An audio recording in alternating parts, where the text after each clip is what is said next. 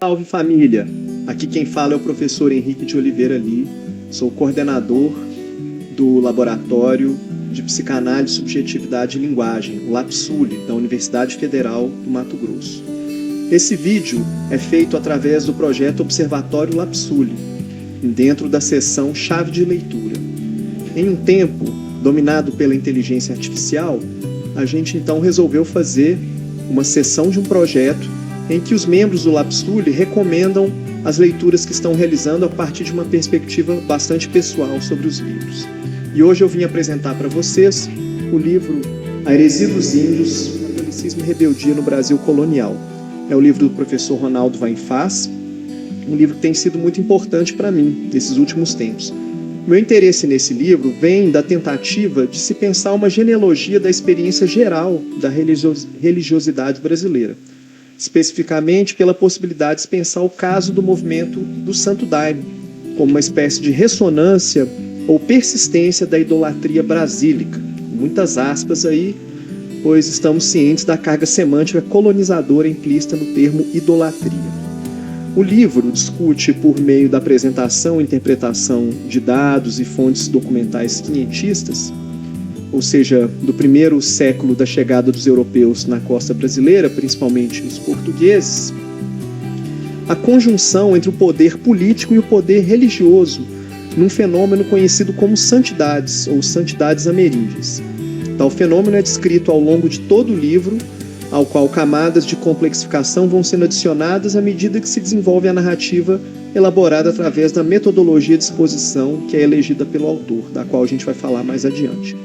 A primeira definição sumária do fenômeno da santidade ocorre à página 19. Então, esse fenômeno trataria, então, de autênticas seitas heréticas que, comandadas por um caraíba, já marcado pela catequese jesuítica, desafiou o colonialismo, a escravidão e a obra missionária dos inacianos, incendiando engenhos, promovendo fugas em massa dos aldeamentos, pondo em xeque, enfim, o status quo colonialista da velha Bahia de Todos os Santos.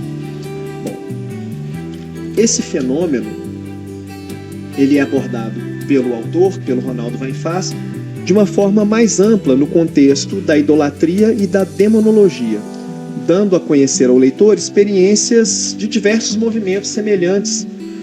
No entanto, nesse trabalho, o Vainfaz vai se demorar na análise de um caso mais bem documentado, que é a Santidade de Jaguaripe, movimento que teria ocorrido entre 1583 a 1585. O que esses movimentos, esses vários movimentos chamados santidades, possuíam de semelhante é a presença do que outros historiadores e antropólogos escreveram como profetismo tupi, que apesar de sua mensagem rebelde, anticristã e anticolonial, absorvia diversos símbolos, objetos litúrgicos e narrativas católicas, misturando-as à cultura tupinambá. Mais adiante, Vainfaz nos apresenta a chave pela qual estrutura sua hipótese e realiza sua leitura da santidade. A página 84, então. Santidade. Ritual ameríndio que não pôde evitar a assimilação ou integração de elementos cristãos. Santidade. Movimento de migração ou de luta centrado na busca da terra sem mal, que cada vez mais se tornaria a antítese do colonialismo. São essas hipóteses que tentaria aprofundar nos capítulos seguintes, examinando a história e a morfologia da santidade mais conhecida, ou a que mais se permitiu conhecer, a de Jaguaripe, na Bahia, dos anos de 1580.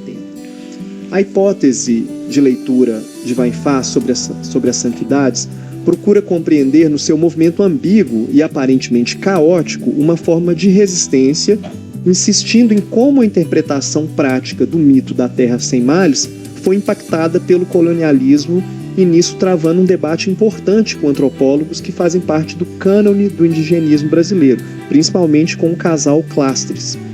Enquanto o casal Clastres, insiste nas transformações do mito como resultante das tensões internas aos grupos indígenas e até mesmo a uma disputa entre sacerdotes e guerreiros, como se a mitologia desses grupos fosse cristalizada e imutável, Vainfaz insiste em uma imagem mais dinâmica sobre os mitos e sobre o poder político-religioso dos Caraíba, como um elemento já informado e já impactado pelo colonialismo, chegando até mesmo a situar a origem do fenômeno das santidades nos aldeamentos jesuítas, espaços que propiciaram o encontro dos elementos que serão amalgamados pela santidade. Outro forte ponto de interesse nesse livro é um conceito, ou antes deveríamos dizer que é uma figura de pensamento, que talvez não tenha tido ainda o desenvolvimento completo de um conceito. Mas seja como for, o Vainfaz enxerga na expressão adotada por Carlo Ginzburg em História Noturna a inspiração para se pensar um conceito. E eu, de minha parte, me deixei convencer pelo entusiasmo do Vainfaz, porque, como psicólogo, a noção me pareceu interessante para descrever um mecanismo psicológico na base de diversas situações de hibridismo cultural. Mas não de um hibridismo qualquer. Ginzburg, em sua análise do Sabá, nos dirá que, no estereótipo do Sabá, considerei ser possível reconhecer uma formação cultural de compromisso, resultado híbrido de um conflito entre uma cultura folclórica e uma cultura erudita. Está a página 22 do História Noturna do Ginzburg. Ou seja, a ênfase na ideia de que tal formação cultural resulta de um conjunto de relações conflitantes. No entanto, essa noção não é desenvolvida nem por Ginzburg nem por Vainfaz. O primeiro limita-se a dizer apenas o seguinte, em uma nota de fim de texto. A referência implícita a Freud tem valor puramente analógico. É uma nota que está em História Noturna na página 205. Mas qual seria a analogia implícita com Freud? Mas essa seria uma pesquisa que ainda seria necessário desenvolver. De saída, poderíamos partir da ideia de que a analogia com Freud se dá pela dimensão conflituosa, da qual a formação de compromisso é o resultado. Lendo Freud, num texto de 1909, ele vai dizer: o que se torna consciente como representações e afetos obsessivos, substituindo as lembranças patogênicas no que concerne à vida consciente, são estruturas da ordem de uma formação de compromisso entre as representações recalcadas e recalcadoras. Enfim, partindo dessa ideia de Freud, da formação de compromisso entre representações recalcadas e recalcadoras, o Carlo Ginzburg e depois o Ronald Vainfaz, então, tomam de empréstimo essa imagem de pensamento que é a ideia de uma formação cultural de compromisso, que estaria na base para se pensar e descrever certos dispositivos concretos, no entendimento Foucauldiano dessa expressão concreta, em situações nas quais uma espécie de mímese do colonizador toma lugar, mas não sem apresentar uma adesão ambígua, pois trata-se de uma adesão que simultaneamente subverte e negocia com elementos da cultura do colonizado, que muitas vezes o colonizador gostaria de extinguir. Segundo nossa hipótese, então, seria esse fenômeno psicossocial não apenas a base da mímese e subversão do cristianismo por parte das santidades ameríndias, tais como descritas por Vainfaz, mas também em processos culturais que resultam no tipo de religião como os Hauká, que foi descrita na etnografia ficcional cinematográfica de Jean Rouch, em Os Maîtres Loucos. Incluso nessa lista também informações culturais descritas pela antropologia como cargo cultos.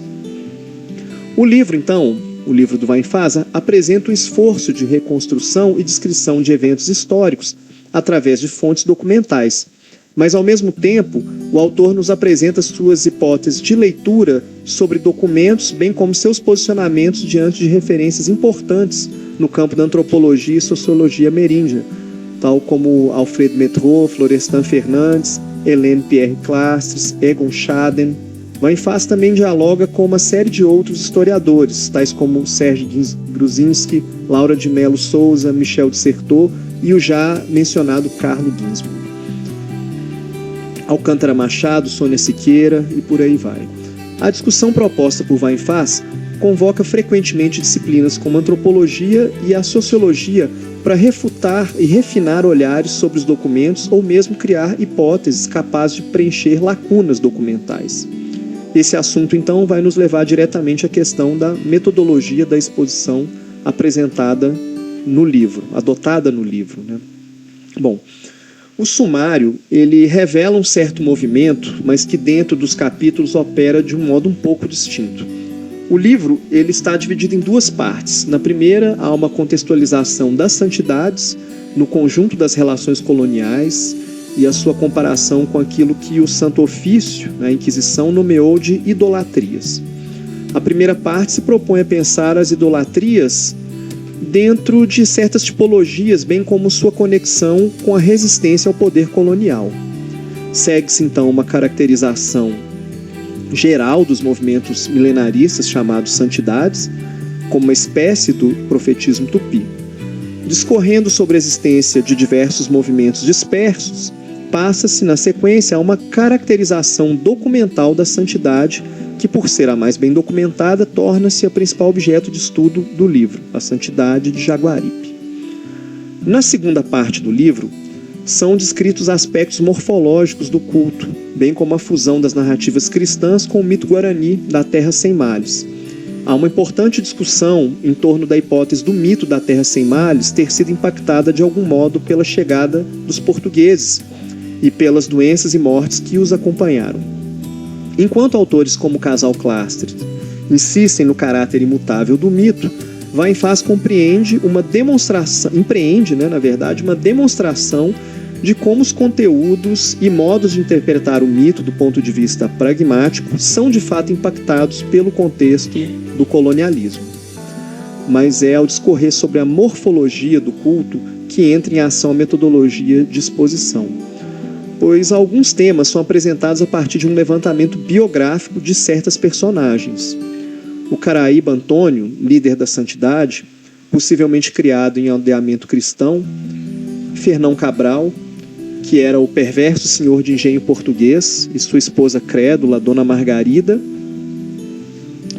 Costa; e o que considero o mais importante e representativo de todas as personagens, que é o mameluco Tomacaúna.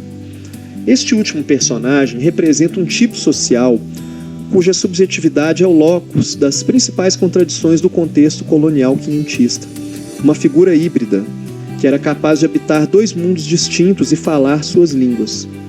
Homens que oscilavam entre lutar com os índios contra seus inimigos ou trair esses mesmos índios para proveito de seus senhores portugueses.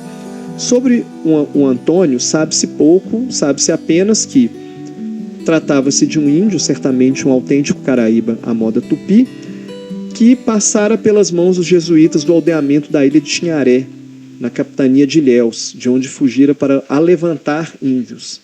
Trânsfuga dos jesuítas, portanto, assim era o caraíba da santidade, batizado na aldeia de Tinharé com o nome de Antônio, meio cristão, meio tupi. O caraíba deixaria a marca da sua ambiguidade na própria organização da seita e no conteúdo da sua mensagem profética. Bom, eu concluo então com a apresentação dessa personagem, que eu acho que, para mim, resume os diversos aspectos, né, que podem nos ajudar a pensar uma genealogia da religiosidade no Brasil, que é pensando essa genealogia a partir das relações entre o poder religioso e o poder político e a constante negociação de elementos culturais, né, a partir da inflexão do poder colonial. É isso, pessoal. Muito obrigado. Sugiro aí a leitura do livro do Vainfaz. Um abraço e até a próxima.